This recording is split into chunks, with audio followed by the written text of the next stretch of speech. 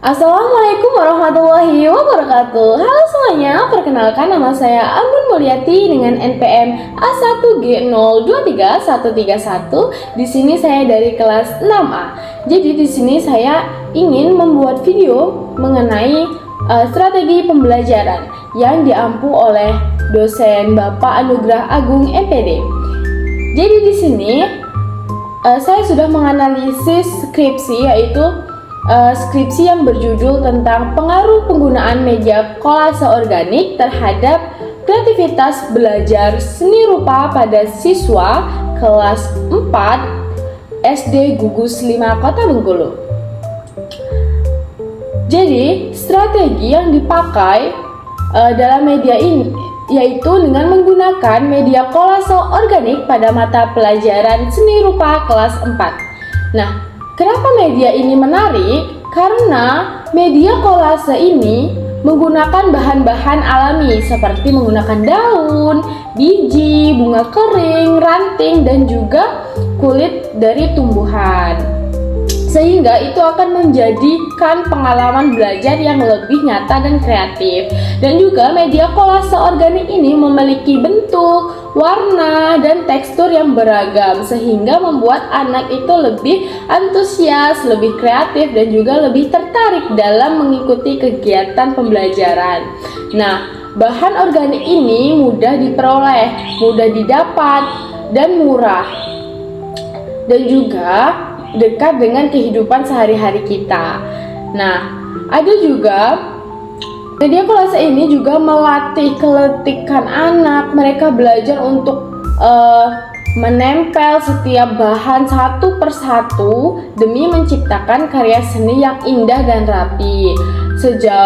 Sejauh itu, kolase juga dapat meningkatkan kreativitas anak, memungkinkan mereka berimajinasi dan juga menghias dengan bahan yang tersedia. Nah, aktivitas kolase ini adalah pengalaman belajar anak itu terasa lebih kontekstual. Jadi, kolase ini adalah salah satu bentuk karya seni yang efektif dalam merangsang perkembangan motorik halus anak. Nah, dengan kolase, anak-anak juga dapat menggerakkan jari jemarinya untuk menempelkan bahan-bahan, mengkoordinasikan gerakan mata serta tangan mereka. Nah, selain itu, kolase juga akan membuat anak itu merasa senang sehingga dapat memicu minat anak dalam mengembangkan motorik halus dan melenturkan tangan, khususnya jari jemari mereka. Jadi, kelebihannya dalam media kolase organik, bahan yang digunakan itu mudah didapat, seperti memanfaatkan kertas bekas atau barang-barang lain yang sudah tidak terpakai. Nah, yang kedua itu bisa menggunakan media kolase organik juga bisa berperan sebagai bentuk hiburan bagi anak-anak, sebagai penyeimbang mata pelajaran, dan juga bisa menyeimbangkan dalam pembelajaran yang sudah dilaksanakan. Nah, yang ketiga itu pembelajaran dengan menggunakan media kolase organik. Jadi, media kolase organik ini juga memiliki peran dan fungsi sebagai alat atau media pencapaian sarana pendidikan secara umum. Nah, cara penerapan atau modifikasi saat saya mengajar itu seperti yang pertama, yaitu bisa mengintegrasikan media kolase itu dalam model pembelajaran yang variatif seperti model project based learning, PJBL, serta peserta didik. Di situ peserta didik dapat membuat karya kolase dari bahan alam di lingkungan sekitar sebagai bagian dari produk kelompok, hingga pembelajaran menjadi lebih aktif, kreatif, dan juga bermakna. Nah, yang kedua itu bisa menerapkan pembelajaran diferensiasi.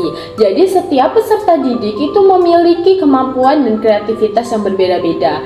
Nah, jadi di situ guru dapat memodifikasi tingkat kesulitan kegiatan itu menggunakan sesuai dengan kebutuhan peserta didik. Misalnya itu menyediakan pola gambar yang lebih sederhana bagi peserta didik yang masih membutuhkan bimbingan, dan juga bisa memberikan kebebasan membuat desain sendiri.